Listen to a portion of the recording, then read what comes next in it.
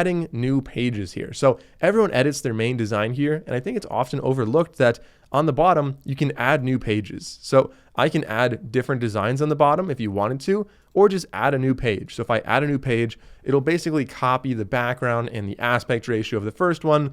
And it's a good way to kind of reiterate on your design. So if I make one design, I'm like, what does it look like if I have a different font or a different color or whatever? You can do that. And the best way to do it is not even by doing this, but rather by duplicating it. So this little duplicate button right here, if I click on that, it duplicates that. And now I can select this and say, what if it's like maybe instead I want a slightly different font. Maybe I want that font right there. So just a different look. I kind of like how that looks, to be honest. Like I said, I just love the monochrome designs here where it's like this kind of brown, yellow, and yellow. Anyway, I'm getting off topic, but yeah, so that's what you can do. You can add new pages down here, extremely powerful. And another aspect of the design that I forgot to mention before is when you click on any individual element, not only do you have the editing up here, so you can crop it, you can flip it. So let's do like a horizontal flip, totally possible. You can make it slightly more transparent.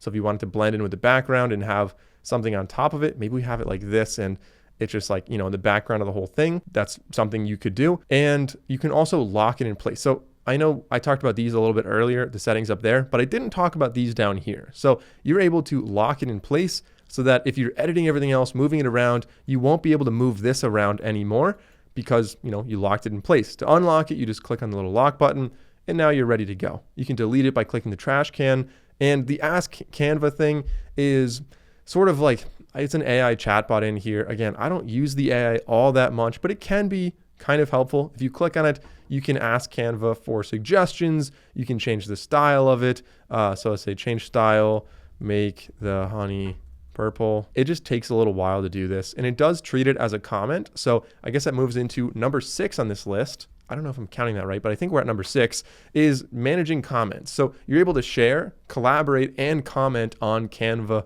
projects. So this project right here, I'm working on it solo, but if I wanted to invite someone, the little plus on the top allows you to, send this to somebody else's email as long as they have a Canva account there. So you want to make sure you have the right email with their Canva account.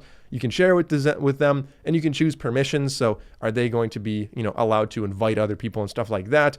And they'll be able to edit this. They'll be able to comment on this. So if I wanted to leave a comment on this heading, I could click on the heading, then click on comment, and then just drop an @ and mention somebody that I want to edit it.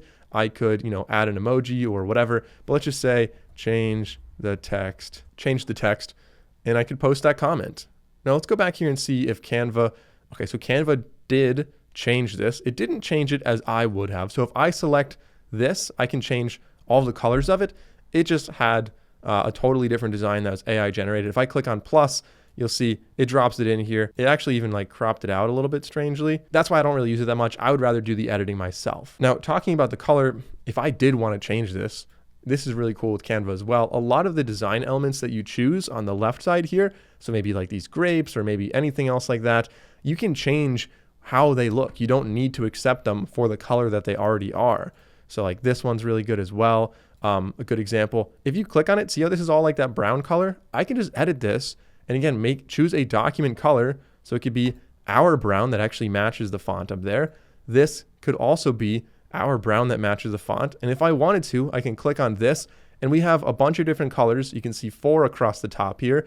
So anything that's brown, I can change that to the darker brown if I wanted it to be more bold. Anything that's yellow, so the honey in there, I could change it to maybe like a lavender color. Let's see if we can find a lavender color here. Kind of like that. And you'll see it's able to change how that actually looks, which is pretty neat. So let's delete these in the background. We don't need that. And let's go back to our original honey color. Now, I don't need these comments here anymore. If we wanted to get rid of them, you can just click on the check mark and they disappear. They're now resolved comments. But what if we want to put something in the background? So maybe I'm going to find a honeybee graphic, maybe this one right here. Maybe I like this. I want it in the background. I can click and drag it over right there.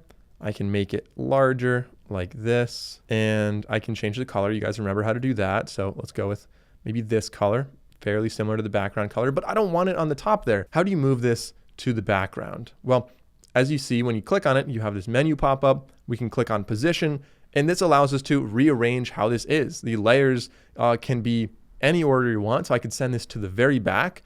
You can send this to the front. You can move it backward one at a time, as you can see each layer of text going through.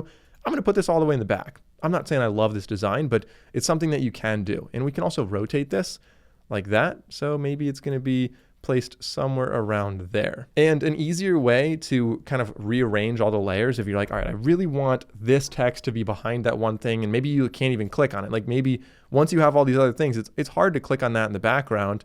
What you would do is just click on any one thing, click on position, then click on layers. And all of your layers show up right here. And you can click and drag them up or down to rearrange things any way you want. So maybe I want the honey pot on the absolute front. Nothing is in front of the honey pot. So the design aspect, I think you guys are really picking up on how this works, but there are a lot of other really neat tools hidden within Canva, kind of in plain sight though. They're just things you don't always notice.